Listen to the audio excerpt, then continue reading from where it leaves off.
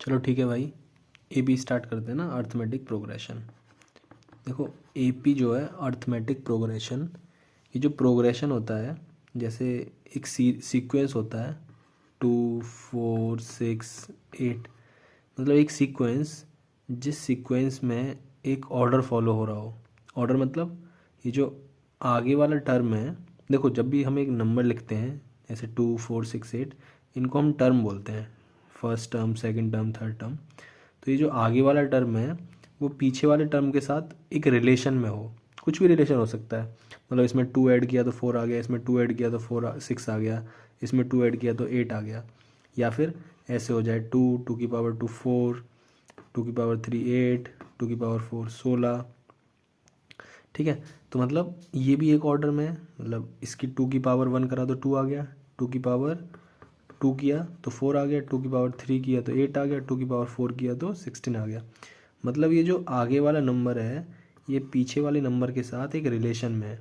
तो जब भी इस तरीके से एक सीक्वेंस लिखा हो, एक नंबर का सीक्वेंस लिखा हो जिसमें आगे वाला टर्म पीछे वाले टर्म के साथ एक रिलेशन बना रहा हो, एक मैथमेटिकल रिलेशन बना रहा हो, तो उसको हम प्रोग्रेशन बोलते हैं, प्रोग्रेशन। इसलिए इसको हम क्या बोलते हैं, अर्थमेटिक प्रोग्रेशन। ऐसे ही जीपी भी पढ़ोगे, ज्योमेट्रिक प्रोग्रेशन, है ना। तो प्रोग्रेशन क्या होता है, बस इतना समझ में आना चाहिए कि जब एक आगे वाला नंबर मेरा पीछे वाले नंबर के साथ एक रिलेशन फॉलो कर रहा हो और वो रिलेशन हर नंबर फॉलो कर रहा हो सेम। मतलब जो रिलेशन यहाँ आया, क्या आया, 2 में 2 ऐड किया 4, 4 में 2 ऐड किया 6। ऐसे देखो यहाँ 3 4 3 6 9 12। तो इसमें क्या है कि 3 में 3 ऐड किया 6, 6 में 3 ऐड किया 9। तो आगे वाला नंबर एक पीछे वाले नंबर के साथ एक क्या फॉलो कर रहा है, रिलेशन फॉलो कर रहा है। तो इस तरीके से जब एक नंबर लिखे हों तो उन्हें हम क्या बोलते हैं, प्रोग्रेशन। देखो ऐसे भी मैं नॉर्मल दे सकता था 3 4 5 7 9। देखो यहाँ इसमें 3 में 1 ऐड किया 4 आ रहा है, 4 में 1 ऐड किया 5 आ रहा है, 5 में 2 ऐड किया तब 7 आ रहा है। मतलब यहाँ पर एक जो ऑर्डर है मेरा वो फेल हो गया, तो इसको हम प्रोग्रेशन नहीं बोलेंगे। प्रोग्रेशन तभी कहते हैं जब पूरा सीक्वेंस जो हमने नंबर्स का सीक्वेंस लिखा है वो एक ऑर्डर फॉलो कर रहा हो, एक मैथमेटिकल ऑपरेशन फॉलो कर रहा हो। यहाँ पर एक मैथमेटिकल ऑपरेशन फॉलो नहीं हो रहा, वो बिगड़ जा रहा है, इसलिए हम इसको क्या बोलेंगे, सीक्वेंस बोलेंगे, सीक्वेंस। और यहाँ पर एक मैथमेटिकल ऑर्डर फॉलो हो रहा है, यहाँ पर फॉलो हो रहा है, यहाँ पर फॉलो हो रहा है, तो इनको हम क्या बोलेंगे, प्रोग्रेशन बोलेंगे। ठीक है, तो सीक्वेंस में और प्रोग्रेशन में यही फ़र्क होता है। प्रोग्रेशन में एक मैथमेटिकल ऑर्डर, एक मैथमेटिकल ऑर्डर फॉलो होता है आगे वाले नंबर का पीछे वाले नंबर के साथ। वहीं प्रोग्रेशन में सीक्वेंस में फॉलो नहीं होता। मतलब ऐसा सीक्वेंस जिसमें ऑर्डर फॉलो होता है उसे हम क्या बोलते हैं, प्रोग्रेशन बोलते हैं। तो मैंने तुमको अगर ऐसे बोल दिया 1 2 5 7, तो देखो यहाँ पर नहीं फॉलो हो रहा, 1 के बाद 2 आया, 2 के बाद 5, 5 के बाद 7, कोई ऑर्डर नहीं फॉलो हो रहा। तो इसको हम क्या बोलेंगे, सीक्वेंस। और जैसे मैंने लिखा 3, 3 में 2 ऐड किया 5, 5 में 2 ऐड किया 7, 7 में 2 ऐड किया 9, 9 में 2 ऐड किया 11। तो यहाँ पर एक ऑर्डर फॉलो हो रहा है, तो इस सीक्वेंस बोलेंगे तो इसको भी सीक्वेंस, पर ऐसे सीक्वेंस को जिसमें एक ऑर्डर फॉलो होता है उन्हें हम क्या बोलते हैं, प्रोग्रेशन बोलते हैं। बस इतना समझ में आ गया। चलो आगे चलते हैं। अब जो हमारा अर्थमेटिक प्रोग्रेशन है एपी, इसमें बहुत सिंपल सा चैप्टर है, बहुत आसान चैप्टर है। बस तुम्हारे बेसिक्स क्लियर हों और फॉर्मूला लगाना आना चाहिए। देखो क्या बेसिक्स हैं एपी में, होता क्या है। जैसे मैंने एक नंबर लिखा 2 4 6 8 10। अब ये बताओ ये सीक्वेंस है या प्रोग्रेशन है। तो इसको हम क्या बोलेंगे, प्रोग्रेशन। क्यों, ये देखो 2 में 2 ऐड किया तो 4 आ रहा है, 4 में 2 ऐड किया 6 आ रहा है, 6 में 2 ऐड किया 8 आ रहा है, 8 में 2 ऐड किया 10 आ रहा है ना। अच्छा भैया अगर मैं इसको ऐसे बोलता हूँ कि 4 में से मैंने 2 माइनस किया, देखो ये फर्स्ट टर्म है, पहले देखो टर्म, देखो ये फर्स्ट टर्म है, तो फर्स्ट टर्म को हम लिखते हैं A1। ये सेकंड टर्म है तो इसको लिखेंगे A2। ये थर्ड टर्म है तो इसको लिखेंगे A3। ये फोर्थ टर्म है तो A4। इस तरीके से लिखते चले जाएंगे लास्ट तक, nth टर्म तक AN। ऐसे करते करते जो n में नंबर की टर्म आएगी उसको हम क्या लिखेंगे, AN। अब देखो जब हम सेकंड टर्म में से फर्स्ट टर्म माइनस करेंगे, सेकंड टर्म क्या है मेरा 4, फर्स्ट टर्म क्या है मेरा 2, तो आंसर कितना आ रहा है 2। ठीक है भैया, जब हम थर्ड में से इसमें से इसको माइनस करेंगे, मतलब थर्ड टर्म में से सेकंड टर्म माइनस करेंगे, थर्ड टर्म कितनी है 6, सेकंड टर्म कितनी है 4, क्या आंसर आ रहा है भैया 2। जब हम फोर्थ टर्म में से थर्ड टर्म माइनस करेंगे, फोर्थ टर्म में से थर्ड टर्म माइनस करेंगे, फोर्थ कितना है 8, थर्ड कितना है 6, क्या आ रहा है 2। मतलब हर बार जो डिफरेंस निकल के आ रहा है भैया वो सब में कॉमन आ रहा है, सब में कॉमन आ रहा है।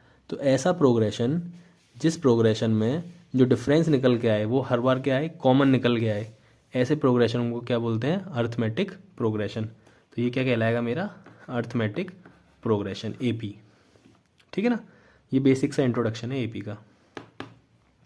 सपोज करो मैंने तुमको दिया 3, 6, 9, 12, 15 और ऐसे चलता जा रहा है। मैंने पूछा बताओ क्या ये एपी है, तो तुम बोलोगे भैया फर्स्ट टर्म क्या है इसका, A1 3, A2 6, A3 9, A4 12, इस तरीके से ना। अब तुम बोलोगे भैया इसमें से इसको माइनस करेंगे, इसमें से इसको माइनस करो, कितना आ रहा है 3, A2 माइनस A1, A2 की वैल्यू कितनी है 6, A1 की वैल्यू कितनी है 3, कितना आया 3। इसमें से इसको माइनस करो, मतलब A3 माइनस A2 करो, A3 कितना है 9, A2 कितना है 6, तो कितना आया निकल के 3। इसमें से इसको माइनस करो, A4 माइनस A3, A4 कितना है 12, A3 कितना है 9, कितना आया 3। मतलब हर बार हमारा क्या निकल के आ रहा है, डिफरेंस सेम आ रहा है, कॉमन। तो इसको प्रोग्रेशन को भी क्या बोल देंगे, अर्थमेटिक प्रोग्रेशन। ठीक है, अच्छा तो मैं एपी के टर्म्स को ऐसे लिख सकता हूँ, A1, A2, A3, A4, A5 और लास्ट में जो टर्म आएगा उसको क्या बोलते हैं हमेशा, AN। तो देखो जो डिफरेंस आना चाहिए, मतलब जो second term minus first term क्या आना चाहिए, सेम आना चाहिए third term minus second term. मतलब इसमें से इसको माइनस करूं, इसमें से इसको माइनस करूं, इसमें से इसको माइनस करूं, इसमें से इसको माइनस करूं, हर बार आंसर मेरा सेम आना चाहिए। A4 में से A3 माइनस करूं, A5 में से A4 माइनस करूं, हर बार आंसर क्या आना चाहिए, सेम आना चाहिए। ऐसे प्रोग्रेशन को हम AP बोलते हैं। तो यहाँ पर जो डिफरेंस निकल के आता है हर बार कॉमन, तो उस कॉमन डिफरेंस को हम D से डिनोट करते हैं। ठीक है, तो A2 माइनस A1 जो निकल के आएगा उसे हम बोल देंगे D। क्या बोल देंगे, D। और D का मतलब क्या होता है, कॉमन डिफरेंस। D का मतलब होता है कॉमन डिफरेंस। ठीक है, कितना समझ में आ गया होगा, फर्स्ट टर्म क्या है, सेकंड टर्म क्या है, nth टर्म क्या है, कॉमन डिफरेंस क्या है। अब मैंने तुमसे अगर एक AP दी 5, 7, 9, 11, 13, 15, मैंने पूछा क्या ये AP है। अगर AP है तो फर्स्ट टर्म बताओ, तुम बोलोगे भैया फर्स्ट टर्म 5 है। सेकंड टर्म बताओ, तुम बोलोगे भैया 7। थर्ड टर्म बताओ 9। कॉमन डिफरेंस बताओ, तो तुम बोलोगे भैया A2 माइनस A1। A2 की वैल्यू कितनी है 7, A1 की वैल्यू कितनी है 5, कितना आ रहा है 2। 2 आ रहा है ना, हर बार 2 आएगा, ऐसे देख लो। 2, 9 माइनस 7 2, 11 माइनस 9 2, 13 माइनस 11 2, 15 माइनस 13 2। मतलब हर बार सेम क्या आ रहा है, डिफरेंस सेम आ रहा है। इसका मतलब ये क्या है, एक AP है। और इसका कॉमन डिफरेंस कितना आ रहा है निकल के, 2 निकल के आ रहा है। तो हम बोल देंगे D की वैल्यू कितनी है, 2 है। ठीक है, यहाँ तक समझ में आ गया, पक्का ना। देखो अब आगे चलते हैं। अब देखो जैसे NCERT की बेसिक से सवाल है, मतलब इतने बेसिक हैं क्या ही पूछूं। उसने बोला है फॉर द AP, एक AP दे रखी है देखो 3/2, 1/2, -1/2, -3/2। एक AP और डैश डैश डैश लगा दिया, चलती जा रही है। Right the first term, A1 बताना है 3/2 and the common difference D बताना है D। तो देखो D क्या होता है, A2 माइनस A1 या फिर A3 माइनस A2, कुछ भी माइनस कर दो, A4 माइनस A3, किसी को भी माइनस कर दो, हर बार आंसर सेम आएगा। तो हम क्या करते हैं, D निकालने के लिए हमेशा क्या करेंगे, A2 minus A1। Second term में से फर्स्ट टर्म माइनस कर देंगे। सेकेंड टर्म कौन सी भैया, ये, तो 1/2 में से माइनस कर देंगे भैया फर्स्ट टर्म 3/2।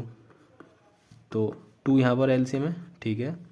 ये कितना बचेगा 1, ठीक है। यहाँ कितना बचेगा 3, ठीक है। तो 1 माइनस 3 कितना होता है, -2/2। तो 2 से 2 कट जाएगा, कितना आ जाएगा -1। तो कॉमन डिफरेंस कितना निकल के आ गया भैया, -1। तो यही बताना था। तो याद रखना जो मेरा D है, D कॉमन डिफरेंस, वो नेगेटिव भी आ सकता है, वो पॉजिटिव भी आ सकता है, वो 0 भी आ सकता है। मतलब किसी ने तुमको दिया 2,2,2,2,2,2,2, बताओ क्या ए पी है, तो तुम बोलोगे भैया 2 में से 2 0 आएगा हर बार, और 0 आ सकता है, डी आ सकता है, तो इसका मतलब ये ए पी है। ठीक है, ऐसे पूछ लेता है कि बहुत बार मैंने 10 10 10 10 लिख दिया, बताओ क्या वो ए पी है, हाँ ए पी है। ठीक है ना, चलो आगे चलते हैं।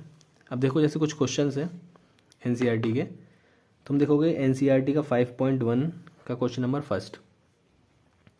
उसको बताने से पहले देखो कुछ एक बेसिक बात और बता देता हूँ छोटी सी, उसके बाद करते हैं उसको। जैसे मैंने लिखा है कि ए पी जिसका फर्स्ट टर्म A1 है, जिसका सेकंड टर्म A2 है, जिसका थर्ड टर्म A3 है, और जो उसका nth टर्म है, nth टर्म बोले तो लास्ट भी बोल देते हैं बहुत बार, लास्ट टर्म है वो क्या है, AN है।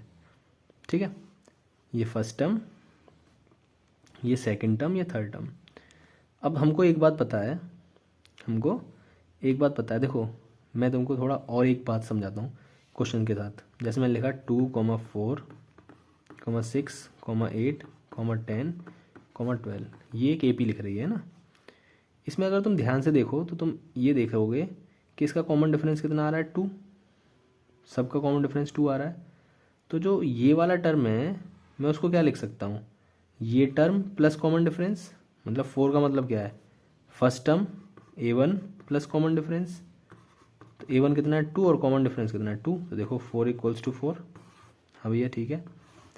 भैया मैं सेकंड टर्म जो है, ये वाला जो 6 है, थर्ड टर्म, देखो ये फर्स्ट टर्म है, ये सेकंड टर्म है, थर्ड टर्म है, जो ये 6 है, 6 मैं उसको क्या लिख सकता हूँ, मैं उसको लिख सकता हूँ A2 plus D, A2 plus D, ऐसे भी तो लिख सकता हूँ। 6 = 4 प्लस 2, तो देखो 6 आएगा। ये तो बहुत बेसिक सी बात है। और देखो और कैसे लिख सकता हूँ, इस 6 को भैया मैं ऐसे भी तो लिख सकता हूँ, A1 प्लस 2 इंटू डी। देखना ध्यान से, A1 की वैल्यू कितनी है थी, 2, A1 की वैल्यू 2 थी, प्लस 2 इंटू डी की वैल्यू कितनी है, 2, तो कितना हो जाएगा भैया, 2 + 4। कहना क्या चाहता हूँ मैं, नहीं आया ना समझ में, देखो अभी और समझाता हूँ फिर से इसी क्वेश्चन को। देखो 2, 4, 6, 8, 10 डैश डैश, समझना मैं क्या समझाना चाह रहा हूँ। ये मेरा फर्स्ट टर्म है A1 जो कितना है मेरा 2, ये मेरा सेकंड टर्म है A2 जो कितना है मेरा 4। तो मैं A2 को A1 प्लस डी नहीं लिख सकता क्या, तुम हाँ भैया लिख सकते हो। क्यों, A1 की वैल्यू 2 है और डी की वैल्यू भी 2 है, तो ये कितना हो जाएगा, ये 4 हो जाएगा A2। ठीक है, मैंने बोला क्या मैं A3 को A1 प्लस 2D नहीं लिख सकता, कैसे भैया सोचो। A1 की वैल्यू कितनी है, 2, 2 इंटू डी की वैल्यू, कॉमन डिफरेंस कितना आ रहा है, सबका 2 आ रहा है ना, तो भैया A3 को हमने लिख दिया 2 + 4, मतलब A3 कितना आएगा, 6 आ रहा है क्या, हाँ आ रहा है। क्या मैं A4 को A1 + 3D लिख सकता हूँ। मतलब एक चीज़ नोटिस कर रहे होगे तुम, जो ये वाला नंबर है उससे एक कम नंबर यहाँ चाहिए, जो ये नंबर है उससे एक कम, जो ये नंबर है उससे एक कम। तो देखो A1 की वैल्यू कितनी है, 2 + 3 इंटू डी की वैल्यू कितनी है, 2, तो कितना हो जा रहा है, 2 + 6, 8 आया, 8 है, हाँ है। मतलब भैया A5 को मैं लिख सकता हूँ A1 + 4D, मतलब यहाँ जो नंबर है उससे एक कम। तो A1 की वैल्यू कितनी है, 2, और 4 इंटू डी की वैल्यू कितनी है, 2, तो कितना हो जा रहा है, 10 हो जा रहा है। ये हो गया भैया A5 की वैल्यू 10।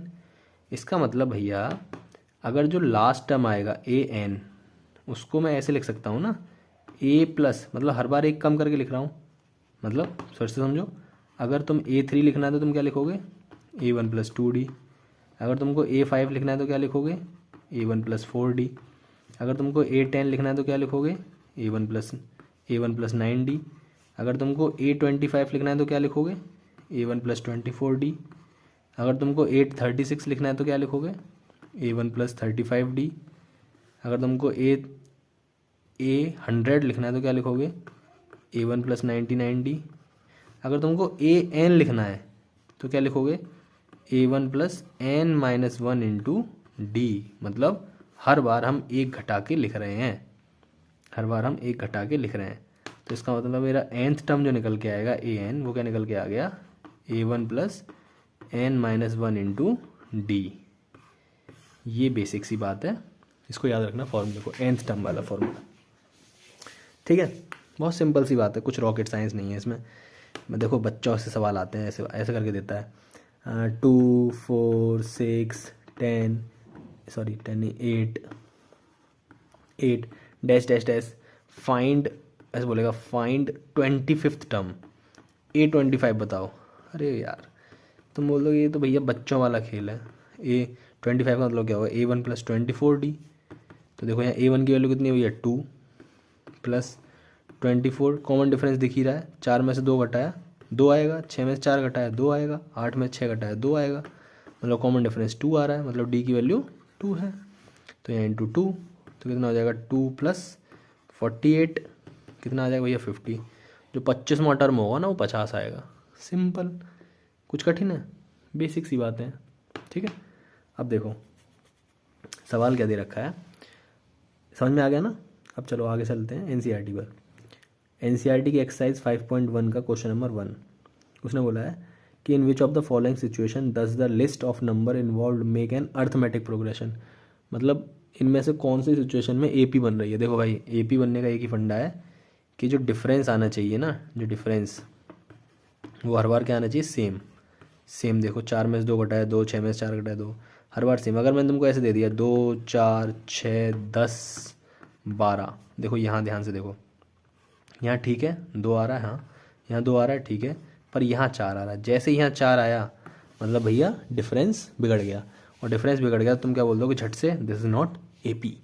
मैंने तुमको ऐसे दे दिया 2 4 8 16, तुम बोलोगे यहाँ 2 आ रहा है ठीक है, यहाँ 4 आ रहा है, भैया डिफरेंस अलग अलग आ रहा है, तो इसका मतलब ये एपी नहीं है। सिंपल। तो एपी है या नहीं है केवल किस बात पर डिपेंड करता है, डी के ऊपर, कॉमन डिफरेंस। हर बार कॉमन डिफरेंस मतलब जो डिफरेंस निकल के आ रहा है वो हर बार अगर सेम आ रहा है, कॉमन है हर बार डिफरेंस, तो दैट इज़ अ एपी। और डिफरेंस कॉमन नहीं है that is not a AP. Question में क्या बोला है 5, फिर से आते हैं एक्सरसाइज 5.1 का क्वेश्चन नंबर 1। उसमें बोला है द टैक्सी फेयर, देखो तुम्हारे पास होगी एनसीईआरटी, निकाल के रखो। क्या बोला है, the taxi fare after each kilometre, her kilometre के बाद, when the fair is ₹15 for the first kilometre and ₹8 for the each additional kilometre.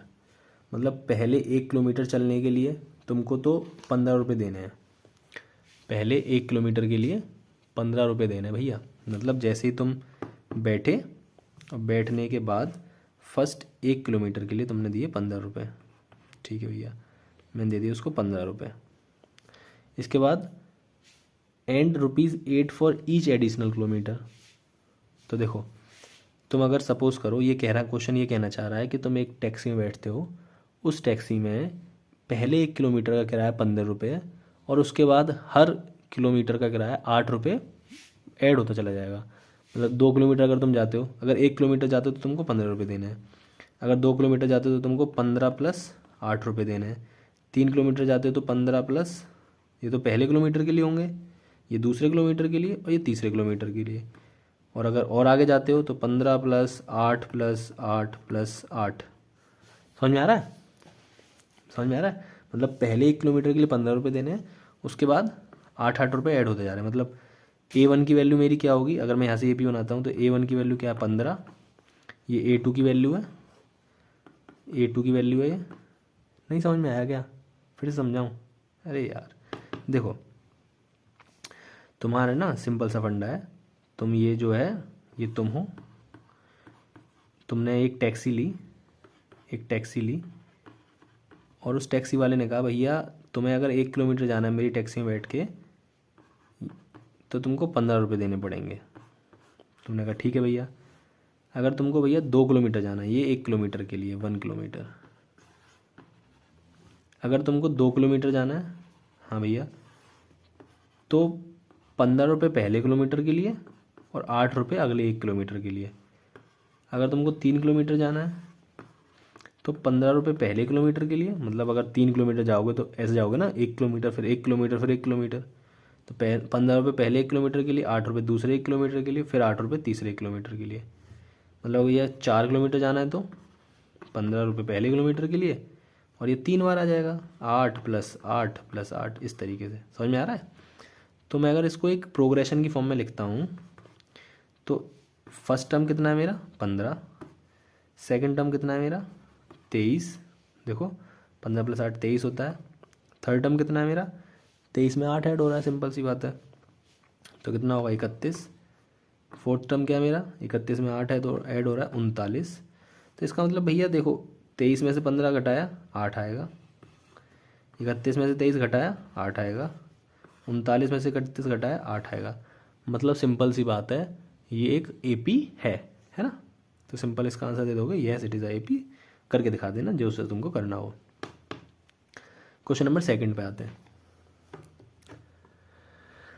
Second वाले में बोला है the amount of air present in a cylinder when a vacuum pump removes 1/4 of air remaining in the cylinder at a time. मतलब बहुत ही ज़ोरदार सवाल है।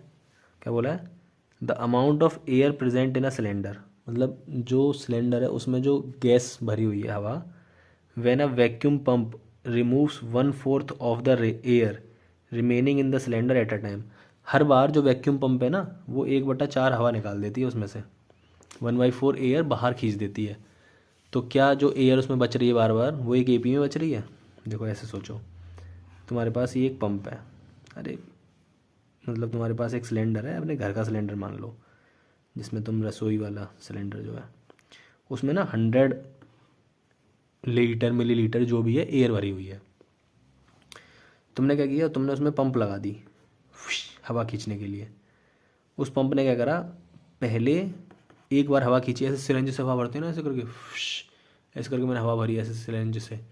तो उसने पहली बार जब हवा भरी तो 1/4 भर ली, मतलब इंटू 1/4, तो कितनी भर ली 25 हवा भर ली।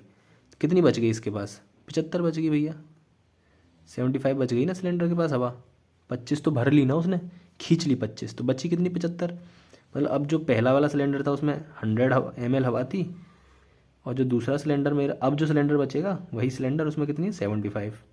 ठीक है, तुम फिर से आए, तुमने इसमें से फिर से हवा खींची, तो 75 इंटू 1/4, काटो इसको, कितनी बार में कट रहा है 4 एकम 4, ठीक है, कितना बच गया 3 5 4 अट्ठे 32 है ना, 4 अट्ठे 32, कितना बच गया 3 0, और कितनी बार में कटेगा पॉइंट लगाओ, कितना बच गया 4 अट्ठे 32, 3 0, 4 सत्ते 28, कितना बच गया 2 0, 4 पंजे 20।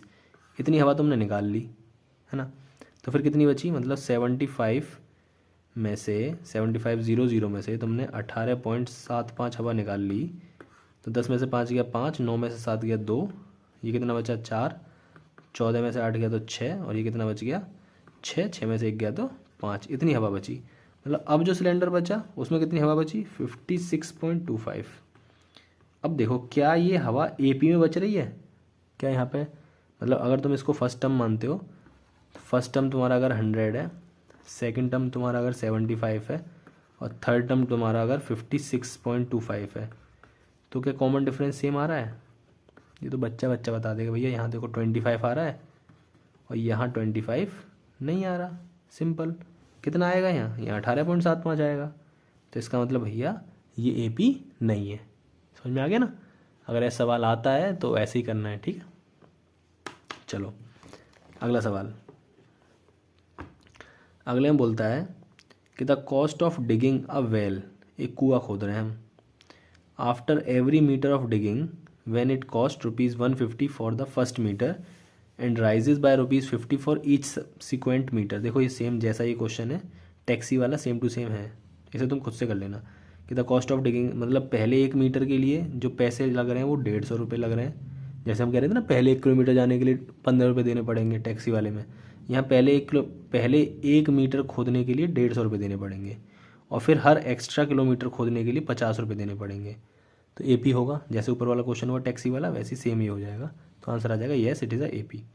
अगला सवाल, the amount of money in the account every year when ₹10,000 is deposited as a compound interest at 8% per annum। देखो पहली बात तो ये नहीं आएगा एपी में निकल के, क्योंकि कंपाउंड इंटरेस्ट हो रहा है। कंपाउंड इंटरेस्ट हो रहा है तो कुछ वैसे ही होगा ये, जैसे अभी ये वाला क्वेश्चन था सिलेंडर वाला क्वेश्चन, तो उसी तरीके से होगा। बस इसमें क्या है मैं तुमको बताता हूँ। देखो इसमें क्या बोला है उसने, ये बोल रहा है the amount of money in the account every year, मतलब हर साल जो मनी है मेरे अकाउंट में, जो बच रही है मनी, किसके बाद, इंटरेस्ट लगने के बाद, वो एपी में आएगा नहीं आएगा। समझो कैसे है। जैसे तुम्हारे बैंक अकाउंट है, सपोज करो this is your bank account, तुम्हारे बैंक अकाउंट में 1,000 रुपये हैं, ठीक है। अब तुमने क्या करा, इसमें देखा कि 1,000 रुपये हैं, इस पर 8% तुमको ब्याज मिल रही है हर साल, तो एक साल बाद ये कितने हो जाएंगे, है ना, एक साल बाद कितने हो जाएंगे। तो तुमने बताया भैया जो कंपाउंड इंटरेस्ट का फॉर्मूला होता है अमाउंट का, वो होता है P1 + R/100 या n क्या होता है, ईयर, ठीक है। और इसे और कैसे सोच सकते हैं, ये समझाता हूँ। तो देखो अब जो अमाउंट होगा, अमाउंट प्रिंसिपल अमाउंट कितना था, 1,000 रुपये, 1 प्लस रेट कितना था 8/100, ये आर रेट होता है, और एन क्या है, साल, ईयर, ईयर कितनी, एक साल, तो यहाँ एन की वैल्यू 1 आ जाएगी। तो ए इज इक्वल्स टू 1000, ये कितना हो जाएगा 100, देखो इसके नीचे 1 मान लेंगे, एलसीएम कितना आएगा 100, यहाँ कितना आ जाएगा 100 + 8, देखो 2 जीरो से 2 जीरो कट जाएंगे, कितना बचेगा ये, अमाउंट इज इक्वल्स टू, यहाँ कितना बचा 10, ऊपर कितना बचा 108, तो अमाउंट कितना आ जाएगा यहाँ से 1,080 रुपये, ठीक है। तो एक साल बाद मेरे अकाउंट में कितने रुपए हो जाएंगे, 1,080। तो भाई साहब पहले मेरे अकाउंट में थे 1,000 रुपये, अब दूसरी साल में मेरे अकाउंट में कितने रुपए हो गए, 1,080 रुपये, ठीक है। अब देखो अब अगली साल कितने रुपए हो जाएंगे मेरे अकाउंट में, तो इस 1,080 से निकालना सिखाता हूँ, नहीं तो वैसे तो कोई दिमाग ख़राब हो जाएगा। ये फॉर्मूला होता है, ये मैं तुम्हें बस समझाने के लिए बता रहा हूँ, नहीं तो डायरेक्ट एसआई वाले फॉर्मूला भी लगा के भी कर सकते हैं इसको। तो ए is equals to P1 + R/100 ये फॉर्मूला तब यूज़ करते हैं जब कंपाउंड इंटरेस्ट लग रही हो, और यहाँ हम एन की वैल्यू 2 भी रख सकते हैं, तो पर हमको प्रिंसिपल रखना पड़ेगा 1,000 रुपये, और अगर हम एन की वैल्यू 1 रखते हैं तो प्रिंसिपल रखना पड़ेगा 1,080। Amount is equals to 1,080 principal है एक साल बाद। अब 1 प्लस रेट वही है 8/100, और एन की वैल्यू भी यहाँ पे 1 हो जाएगी क्योंकि हम एक साल के लिए देख रहे हैं। तो अमाउंट इज इक्वल्स टू 1,080, ये वही होगा, ऊपर कितना आएगा 108, और नीचे कितना आएगा 100, तो 0 से 0 कट जाएगा, तो हम 108 का इससे मल्टीप्लाई कर लेना, 108 गुणा 108 मल्टीप्लाई कर लो, 8 4 जा 64 का 4 कैरी लगी 6, यहाँ 6 आएगा, यहाँ 8 आएगा, 0 0 0 आएगा, यहाँ 8 0 1, ये 4 6 16 1 2, ठीक है, डिवाइड बाय 10, तो कितना आया ये, एक सेकेंड, ये 4 6 8 8 16 का 6 यहाँ से लगी 1 1, और यहाँ 1 आएगा 1, ठीक है। तो ये कितना आ रहा है, ये पॉइंट, ये 10 का पॉइंट यहाँ आ जाएगा, तो कितना हो गया 1,166.4 रुपये, है ना। तो अब दूसरी साल पैसे कितने हो जाएंगे 1,166.4, तो देखो 6.4 को भी तुम छोड़ दो, यहाँ कितने रुपये बढ़े 80 रुपये बढ़े, है ना, और यहाँ कितने रुपये बढ़े, देखो इसमें से इसको माइनस कर दो, पता चल जाएगा तुमको कितने रुपये बढ़ गए। तो 1,166.4, तो 1,166 में से तुम 1,080 माइनस कर लो, तो यहाँ कितना आएगा 6, यहाँ कितना आएगा 16 में से 8 गए तो कितना आएगा 8, यहाँ कितना बचा 0, ये 0, तो कितने रुपये बढ़े 86, सिंपल है 86 रुपये बढ़े। पहले 1,000 रुपये थे, अगली साल 1,080 हो गए, उससे अगली साल 1,166.4, मतलब कितने रुपये बढ़ गए 86 बढ़ गए। क्या एपी आ रहा है, नहीं आ रहा है एपी, क्यों, क्योंकि कॉमन डिफरेंस सेम नहीं आ रहा भैया, इसलिए एपी नहीं है, ठीक है। तो ये सिंपल सा सवाल था। अब देखो कुछ और क्वेश्चन बता देता हूँ इसके फटाफट। इसमें क्या बोला है, write first 4 terms of AP when the first term A and the common difference D are given as. देखो फर्स्ट टर्म दे रखा है डी, ए की वैल्यू 10 दे रखी है और डी की वैल्यू भी 10 दे रखी है। फर्स्ट 4 टर्म बताने हैं, पहले 4 टर्म। देखो बेसिक सा है, क्या बोल रखा है उसने, ए की वैल्यू 10 दे रखी है और डी की वैल्यू 10 दे रखी है।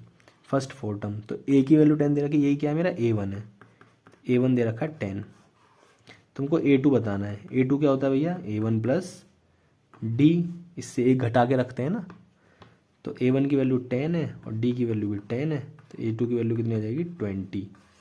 अच्छा A3 निकालने के लिए, A3 क्या होगा, इससे एक कम, A1 प्लस 2D, A1 की वैल्यू 10 है प्लस 2 इंटू डी की वैल्यू 10 है, तो 10 प्लस 20 कितना आ जाएगा 30। सिंपल। A4 कितना हो जाएगा भैया मेरा, A1 प्लस 3D, तो A1 की वैल्यू 10 है 3 और D की वैल्यू भी 10 है, तो कितना हो जाएगा भैया ये 40। इस तरीके से हम टर्म्स निकाल देंगे। ठीक है, एक और बता देता हूँ बस, फिर तुम खुद से कर लेना ये। इसका क्वेश्चन नंबर 4 मतलब सेकंड का क्वेश्चन नंबर 4, उसमें बोला है A की वैल्यू -1 है और D की वैल्यू 1/2 है, वही 4 टर्म बताने हैं। तो A की वैल्यू -1, यही मेरा क्या है A1 है, तो A1 की वैल्यू कितनी है -1।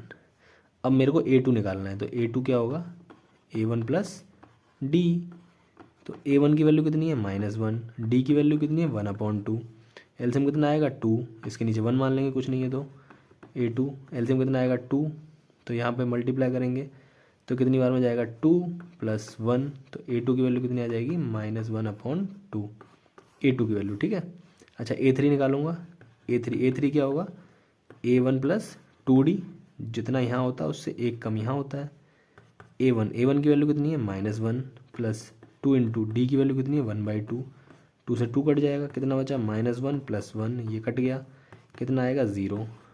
ठीक है, A3 निकल के आ गया। इसी तरीके से हम क्या निकाल देंगे, A4 निकाल देंगे।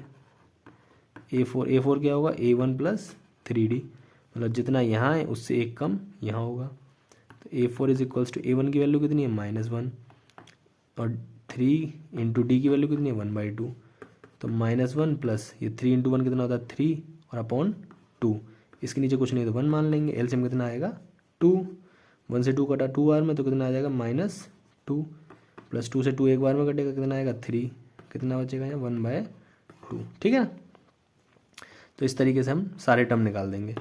तो मेरा A1 की वैल्यू पता चल गई, A2 A3 A4, इस तरीके से हम कर लेंगे। अब देखो अगला सवाल, इसमें क्या बोला है, for the following APs right the first term and the common difference. ये बच्चों वाले क्वेश्चन खुद कर लेना, मैं समझा चुका हूँ कैसे होंगे। फर्स्ट टर्म जैसे A1 की वैल्यू 3 है, कॉमन डिफरेंस क्या है मैंने समझा चुका हूँ तुमको, A2 - A1, यहाँ पे A2 की वैल्यू 1 है और A1 की वैल्यू 3 है, तो इसमें से इसको माइनस कर देंगे।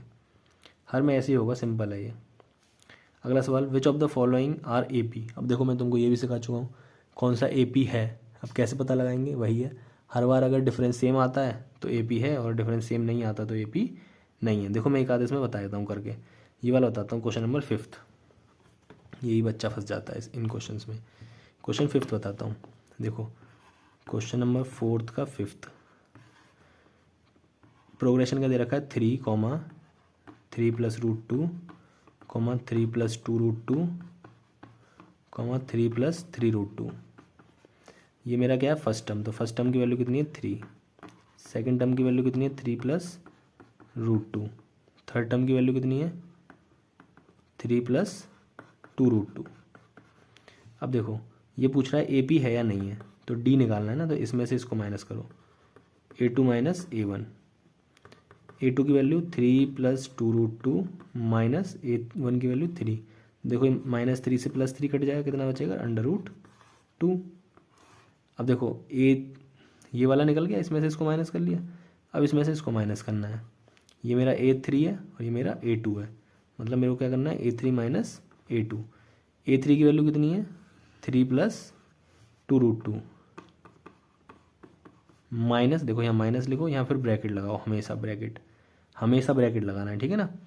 और A2 की वैल्यू कितनी है, ये A2 है मेरा 3 + 2√2, सॉरी 3 + √2, ये हो जाएगा 3 + 2√2, ये माइनस अंदर जाएगा तो ये -3 हो जाएगा, और ये इसके साथ जाएगा तो -√2 हो जाएगा, -3 से 3 कट गया, क्या बच गया 2√2 - √2। देखो इसको ऐसे मानो, 2√2 का मतलब 2x, √2 का मतलब x, तो तुमको 2x में से अगर x घटाना तो क्या बचेगा बताओ, x बचेगा ना, तो 2√2 में से √2 घटाना तो कितना बचेगा √2 बचेगा, √2 यहाँ पे भी था, √2 यहाँ पे भी आया है, मतलब सेम आया। ऐसे ही मैं क्या करूँगा, इसमें से इसको माइनस कर दूंगा तो वही होगा, 3 से 3 कट जाएगा, 3 से 3 कट जाएगा, और 3√2 में से 2√2 घटाऊंगा तो कितना बचेगा, √2। मतलब ये ए पी है। समझ में आया? कर लोगे तुम, आई होप सो। इसी तरीके से होंगे इसमें ज़्यादातर सवाल। जैसे इसका क्वेश्चन नंबर 11th जो है उसमें क्या दे रखा है, ए की पावर 2, ए की पावर 3, ए की पावर 4। और ये सिंपल है, मैं तुमको अभी सिखा चुका हूँ पावर वाले क्वेश्चन, याद है मैंने बताया था, 2 की पावर 2, 2 की पावर 3, 2 की पावर 4। तो ये ए पी होता ही नहीं है, पावर में जैसे ही आया वो ए पी नहीं है। सिंपल सा आंसर है, पावर वाले क्वेश्चन ए पी नहीं होते, वो जी पी होते हैं, वो तुम आगे चल के पढ़ोगे। अब इसका क्वेश्चन नंबर और कोई सा देख लो। देखो इसका क्वेश्चन नंबर 12 देखो, उसमें दे रखा है √2, √8, √18, √32। अब देखो इसके लिए तुमको रूट सॉल्व करना आना चाहिए। रूट में सिखा चुका हूँ पीछे वाली वीडियोज़ में बहुत बार। जैसे √2 की वैल्यू तो √2 ही होगी। √8, अब देखो 8 कैसे निकालोगे, तुम क्या करो, 8 के फैक्टर करो। या देखो 2 से काटा तो 4 बार, फिर 2 से काटा तो 2 बार, फिर 2 से काटा तो 1 बार।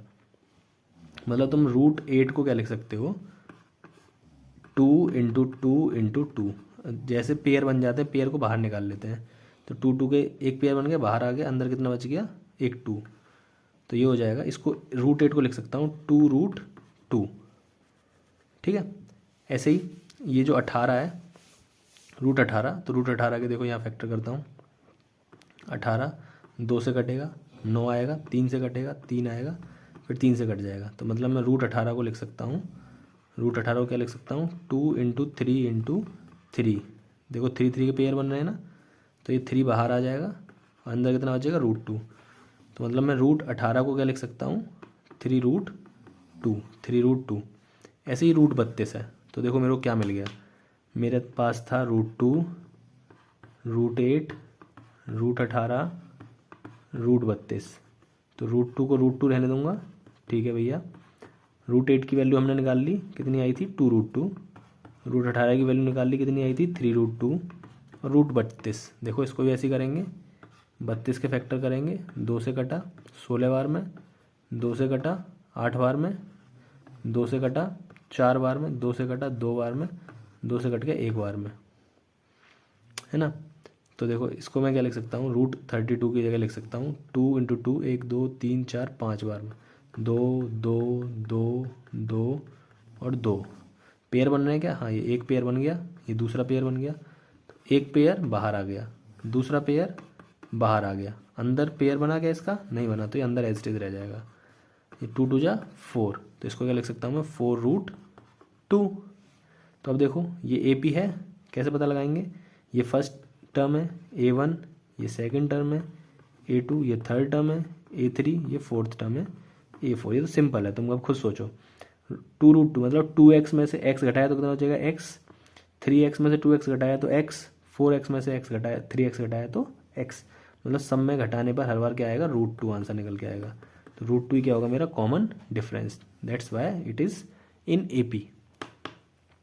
इसका क्वेश्चन नंबर 13 देखो, 13 में क्या दे रखा है, √3, √6, √9, √12।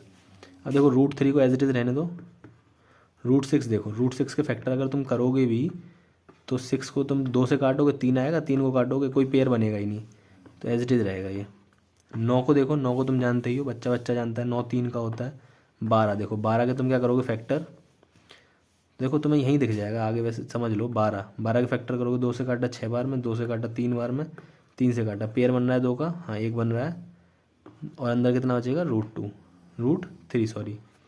अब देखो तुम इसमें से इसको घटाओगे तो तुमको कुछ आंसर मिलेगा ही नहीं, √6 माइनस √3, कुछ नहीं मिलेगा आंसर। इसमें से इसको घटाओगे तो 2√3 माइनस √3, इसमें भी कुछ नहीं मिलेगा, हर बार अलग अलग मिलेगा आंसर। तो क्या ये कॉमन डिफरेंस है, नहीं है, तो that's why it is not in AP। अगले बचे हुए वो तो देखो सिंपल है, 14, 1 का स्क्वायर, 3 का स्क्वायर, 5 का स्क्वायर, 7 का स्क्वायर, देखो स्क्वायर आ रहा है, ये तो होना ही नहीं है, वैसे लिख के देख लो। 1, 3 का स्क्वायर 9, 5 का स्क्वायर 25, 7 का स्क्वायर 49, माइनस करने पर सेम आएगा ही नहीं कभी, ख़त्म। ये देखो 1 का स्क्वायर, 5 का स्क्वायर, 7 का स्क्वायर 73, क्या ये होगा 1 का स्क्वायर, ये कितना आ रहा है 25, ये कितना आ रहा है 49, देखो 25 में से एक गया तो 24, ठीक है। 49 में से देखो आगे इसमें कितना है 73, 49 में से 25 गया तो ये भी 24, 73 में से 49 गया तो 73 में से 49 गया तो 13 में से 9 गया तो 4, यहाँ बच गया 6, 6 में 4 गया तो 2, 24। यहाँ देखो ये पावर वाला नहीं था है ना, क्योंकि यहाँ पे आगे 73 आ गया, इसलिए पावर वाला नहीं था, इसलिए यहाँ पे हर बार माइनस करने पर कितना आ रहा है 24 आ रहा है, इसलिए that's why it is in AP, ठीक है।